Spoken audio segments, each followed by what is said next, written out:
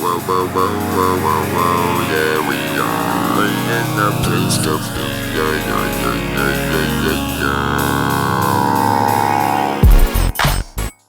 So today I'm going to show you how to make 3 simple DIY Christmas decor projects. The first thing you're going to need is a protractor or something to make a circle with. This first one is going to be 20 inches, so I measured 10 inches in and made a 20-inch circle. Second one, I measured just a little bit too big. I wanted this one 15 inches. Just went a little bit under, I believe it was 7.5. Made a second circle because I wanted a full circle and not just a piece missing. And I'm going to cut on the very outside of all of these lines. And the third project is going to be a stack of books that you saw in the preview, wrapped in a bow, all nice and pretty. So I'm just measuring 7-inch increments here and then marking with my square, and I throw my pencil on the ground. I don't know what I'm doing. I haven't drank anything but coffee or water.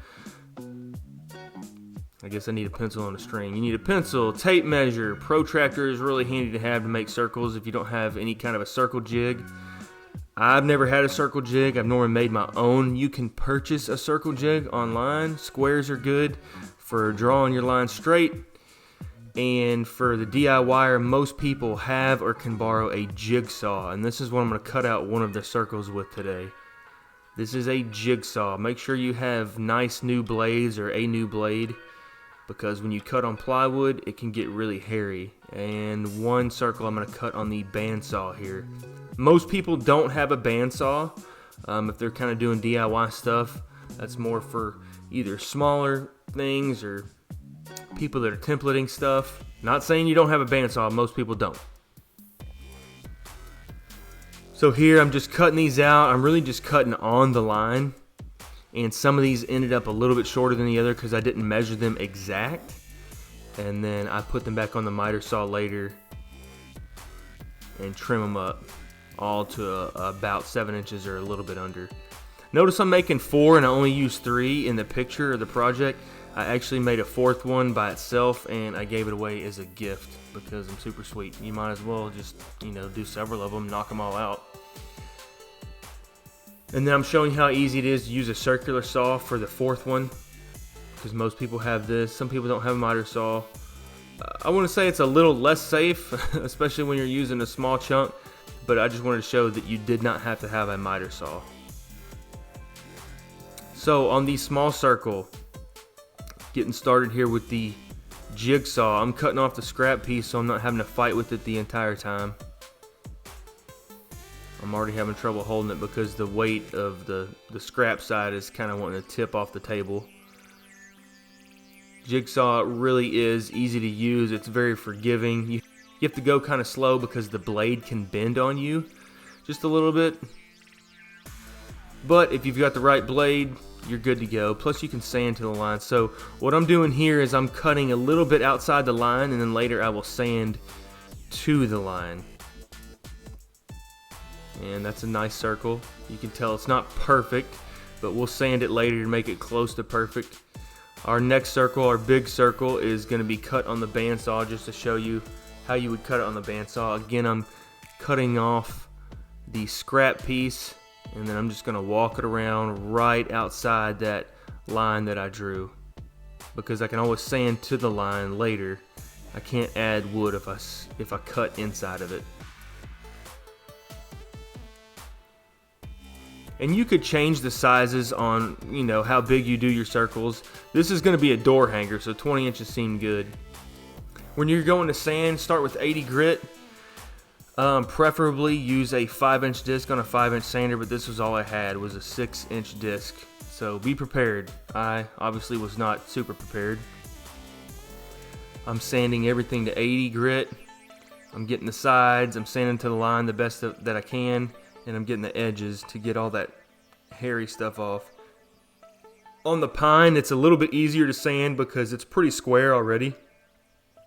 I'm sanding all the faces and all the edges, and all that does is make it easier to paint later. Once you get everything sanded to 80 grit, I'm using a palm router here with a round over bit.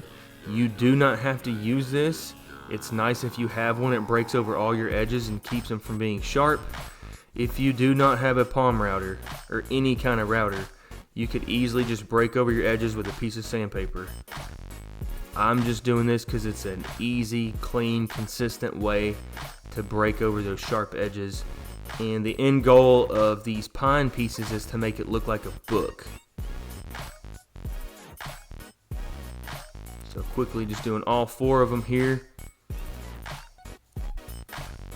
I had a little tear out on one piece, but I can fix that when I sand it in a little bit. It's going to smooth it all up. Same thing with my small circle. I'm routing every edge. Just follow it all the way around. Notice how it does make it a little bit smoother. Pretty good little circle there. We'll paint that in a little bit. Now we move on to the larger 20-inch circle. This is going to be our door hanger. And I'm just rounding it over. Again, if you don't have a palm router, you can do this with sandpaper, and I would definitely use 80 grit first. See how I had a little tear out on the back of it there when I would cut it earlier. Next, you move on to 150 grit, and I'm sitting here just trying to sand, doing my job, and my wife is trying to flirt with me the entire time. I'm trying to get 3 projects knocked out in a day, and it didn't happen. To be honest, it took us a couple days. Wipe everything down to get all the dust off. Wipe it down the best that you can with a pretty clean, dry towel. I'm not being super particular here because we're working with plywood and pine. On my larger project, the 20-inch door hanger, I'm going to stain everything first. Staining the top, hit the sides, and I'm just using Minwax Dark Walnut. It's something I had already. Wipe it down. You can let it sit longer and it'll be a little bit darker, and you can choose a different color too if you wanted to. But this is what I chose, the Dark Walnut from Minwax.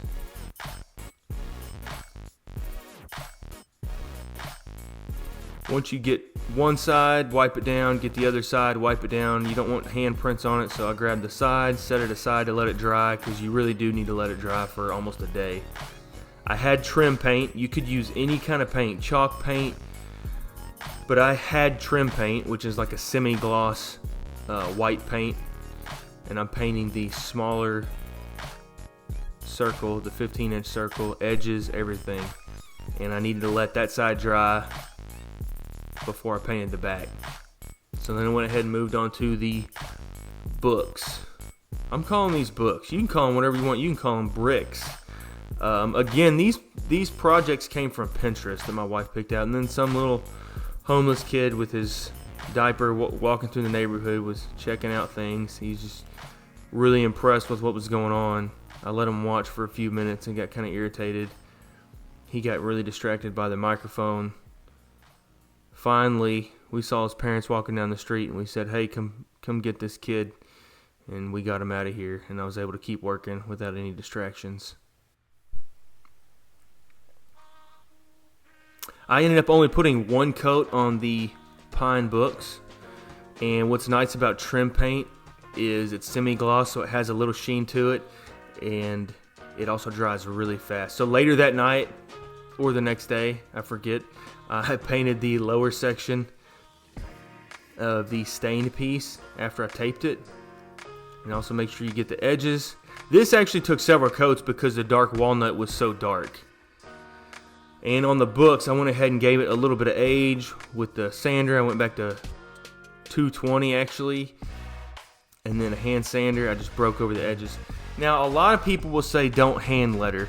And I'm going to tell you right now, I didn't want to buy a stencil. I didn't want to make a stencil. And I'm actually pretty good at hand lettering with a pen on paper. So I went for it on these paint markers. I did not care for these paint markers that we bought at Hobby Lobby. My wife was wrapping it up here. I thought my hand lettering turned out pretty good, but you know, there's going to be haters out there hating on hand lettering. People make good money being hand letterers. Just saying. Anyways, look, it's all fixed up. And then you get your books, you put it anywhere. You put it on your coffee table, you put it on your counter. Give it away as a gift. I did notice that the paint marker came off a little bit, so I touched it up and then hit it with just a little bit of semi-gloss polyurethane, and it dried really fast, and this is the end product of that. Second, hand lettering again, because I just do things the tough way. I'm copying some of these. I'm copying every idea from Pinterest. My wife looked all of these up, and I said, let's do it. So I'm even copying the font that she chose for this one, and drilling a hole, because this eventually is going to be a large door hanger. I did not like the paint markers, so later I actually hand painted it. She looked up how to do a bow on YouTube and did the bow ahead of time, and we bought some pine from Hobby Lobby as well. This is just fake pine. We hot glued it on, and I later stapled some pieces as well. Not videoed, but this is the end result of the door hanger. Lastly, I painted some screws black for the last project. I had some recycled leather handles that a friend gave me. His name is Josh Ferguson. He actually gave me several of these. You can see the leather handle in a drawer behind me as well. These are from recycled belts. Again, hand lettering. I hand lettered every project. This was from a different project, but she liked this font. Hot cocoa. I thought I did pretty well on this one. Hot cocoa served here. Again, you can use stencils if you want to, but I'm trying to keep it cheap. Did my own Christmas trees. And then you do want to clear coat everything after you finish painting, which I did. I sprayed this with clear coat. And here's the end product of that. I hope you enjoyed this. Please like, subscribe, leave a comment, tell me what you like, tell me what you need more information on, if anything, and follow me over on Instagram. Thank you guys so much for watching my videos.